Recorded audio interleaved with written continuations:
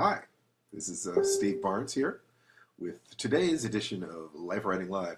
And I'm happy today because I'm going to be going out to the Renaissance Pleasure Fair in just a few minutes. Actually, no, in just about, let's see, what time is it? In about 90 minutes, I'm going out there. My daughter's coming up, and I get to see my Nikki, so I have a lot to give thanks for. And thought I'd share a message with you today. Hopefully you're going to enjoy this because I enjoyed putting it together, enjoyed thinking about it. Sometimes I just dash stuff off, and other times I stop and think about it a little bit more. First of all, if you enjoy these messages, please share. It's the way that I know which ones are really appealing to people. Okay, great. So life writing is, of course, looking at the connection between storytelling and consciousness and life on a level that goes beyond, quote unquote, mere entertainment. So let's take a look at that. Because people sometimes ask, what is the value of story? Well, let me tell you one. About 35 years ago, I encountered a Jehovah's Witness on Hollywood Boulevard. He was a really rough-looking guy, and he started his spiel, and I found him to be a little bit curious because my hindbrain was reacting to him as if he was a mugger. I mean, he just had the body language, and just his hands were rough, and he's exactly the kind of guy I would have crossed the street to avoid. And here he is, speaking of the Word of God, and I had about a half hour before I was supposed to be at work. I was working at General Nutrition Center at the time on Hollywood Boulevard. And so I engaged with him, and I was having fun. And his arguments were all memorized. He just had his spiel. So it was very easy to poke holes in them. And if I shifted the question or the answer just a little bit outside the script, he couldn't deal with it at all. And it was almost kind of fun until I started noticing that he was getting angry that he couldn't shift me, angry that I was challenging him in some ways that struck me as being, pre-violent behavior. And that was one of the earliest times when I had been investigating that question of what is anger, actually, and the idea that anger is a mask over fear. Well, if I was to try to use that idea here, what would it reveal? I mean, what did he have to be afraid of? And something occurred to me, a pretty simple explanation. And that is that he struck me as a violent man because he'd done violent things, that I could see him easily having walked on the shady side of the law, so to speak. And that in an attempt to kind of save himself in some ways, he found, salvation, or at least a way to stop his downward slide with a leap of faith, a literal leap of faith in powers beyond his own. And he'd been afraid of destroying himself, guilty perhaps of things he'd done. And all that guilt and fear was barricaded behind his faith, his conviction that if he could stay on this new path, he was forgiven. And it hit me that I was wrong, stupid, to poke holes in a faith like that. It may have been smart. I may have been smart to see the flaws in it, but it wasn't wise. I had nothing to replace his faith with. Nothing. I wasn't going to become a friend of his and be part of a committed community of believers who would help him if he started to backslide. I wasn't going to do that. I was smart to see the flaws in his reasoning, but wisdom was understanding why he needed these basic beliefs. I'd seen evolved, brilliant versions of everything he said.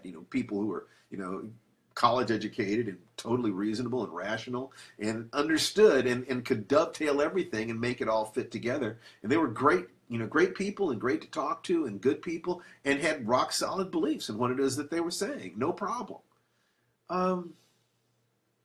They had an understanding that went far beyond the simple analogies and explanations of the script that he'd been given. He couldn't grasp these deeper answers. In essence, I was mugging him intellectually. I was taking his wallet in an alley darker than midnight, his own troubled soul. I wasn't the good guy here. I began to backtrack, allowing him to win a few points of discussion and admitting that one of his arguments struck home and promising that I think carefully about what he said. And I went on my way and left him on the corner trying to help people. And I wasn't exactly lying. I mean, I have thought about that conversation for 35 years. And I think that my interaction with him has made me a better man. Because I grasped that we all have journeys. We've all fallen short of perfection because no matter how far and how fast you run, you're always the same distance from the horizon. None of us are perfect, unless perfection, like the word master, is viewed as a verb, not a noun, a vector, not a position. He was a hero on his own journey, and he touched me more than he knew. Not because of the script he parroted, but because of who he was trying to be in the world. There's a great scene at the very end of the movie Pulp Fiction, a scene that pretty much cemented my belief that this movie, which was the first I ever saw by Tarantino, was the debut of a master. I mean, it wasn't actually his first film, of course, but that was my first exposure to him, and I was completely blown away. Do you remember how that movie begins, Pulp Fiction? It begins with two small-time robbers, Honey Bunny and Pumpkin. They're terrorizing a diner.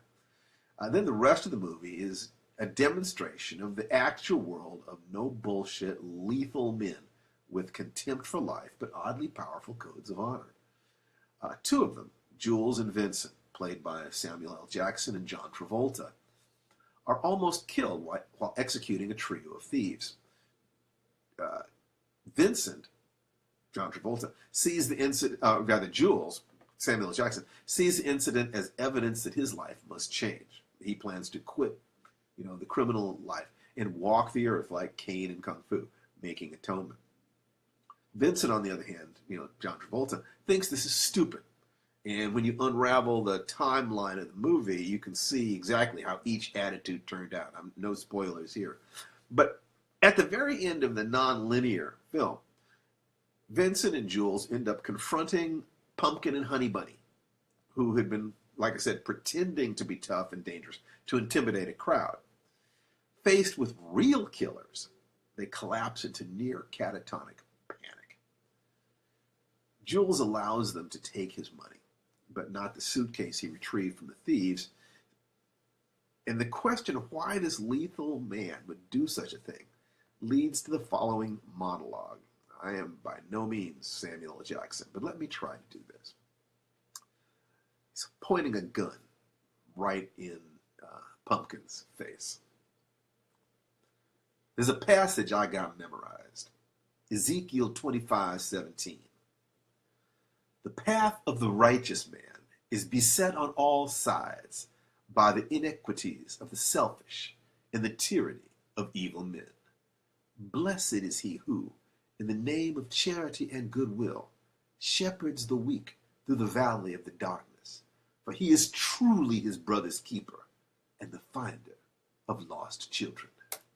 And I will strike down upon thee with great vengeance and furious anger those who attempt to poison and destroy my brothers, and you will know I am the Lord when I lay my vengeance upon you. Now, I've been saying that shit for years, and if you ever heard it, that meant your ass.